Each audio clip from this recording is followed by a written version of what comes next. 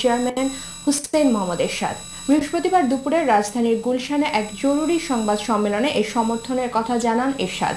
তিনি বলেন, জোটে থাকার জন্যই মহাজোটের প্রার্থীকে সমর্থন দিয়েছে তার দল। সে সময় এরশাদ তার দলীয় নেতাকর্মীদের আজমতের পক্ষে কাজ করার আহ্বান জানান। আমি বলতে চাই, যেহেতু ধূম্রজাল সৃষ্টি হয়েছে, আমি জাতীয় পার্টির পজিশনটা তোমাদের কাছে তুলে ধরছি। আমি এখন মহাজোটে আছি। মহাজোট সমর্থিত যে আজমতুল্লাহ, তাকে আমি সমর্থন করছি। জাতীয় পার্টির প্রতিটি কর্মীকে নির্দেশ দিচ্ছি আজ থেকে এখন থেকে আজমতুল্লাহর পক্ষে কাজ করার জন্য। বিস্তার করতে সরকার ষড়যন্ত্র করে জাতীয় রাজস্ব অভিযোগ করেন।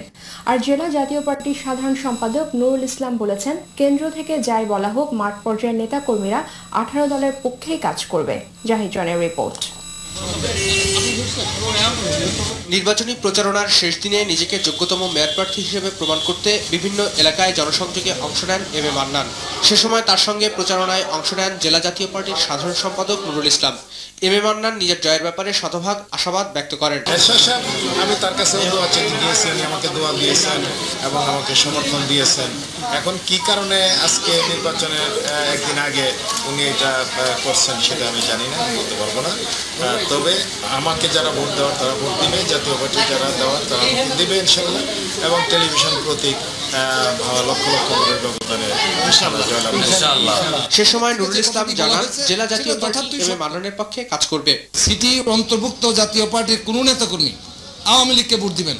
আমরা সে কারণে তৃণমূল জাতীয় পার্টির সমস্ত নেতৃবৃন্দ যেহেতু মান্নান সাহেবের পক্ষে নেমে গেছে, আমি এবং আমার সভাপতি ব্রিগেডিয়ার জেনারেল কাজী মাহমুদ হাসান আমরা বাধ্য হয়েছি 18 দলের পক্ষে আমরা সমর্থন দিয়েছি অধ্যাপক মান্নান সাহেবের টেলিভিশন প্রতীকে। এছাড়া এম এ মান্নানের নির্বাচনী কার্যালয়ে এক সংবাদ সম্মেলনে বিএনপি স্থায়ী কমিটির সদস্য হান্নান শাহ অভিযোগ করেন, সরকারের ঊর্ধ্বতন কর্মকর্তারা তাদের অধীনস্থদের আজমতুল্লাহর পক্ষে প্রচারণা চালাতে বাধ্য করছে।